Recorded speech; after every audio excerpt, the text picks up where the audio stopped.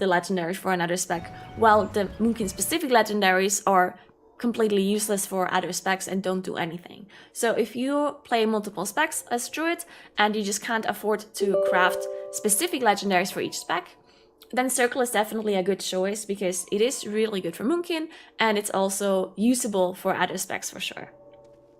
Now, what does Circle do?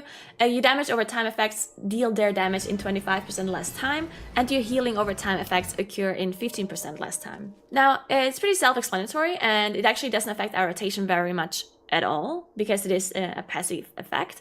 It puts more emphasis on our damage over time effects, which will increase the importance of keeping them up. But outside of that, it doesn't actually change our damage, it is just passive. Now, our second best legendary, or I'll talk about this later, but our second really good legendary for AoE is Primordial Arcanic Pulsar. This legendary is really good for all covenants on AoE, as you can see in the graph. It is certainly not as good as Circle in some covenants, as you can see at least on the sim numbers, but you can see how close they are in sim numbers, and usually when something is this close, then it totally depends on the situation that you're in. Now, you definitely want to consider crafting this legendary for Mythic Plus if that is your focus. This legendary gives you Celestial Alignment for 12 seconds every 300 astral power spent.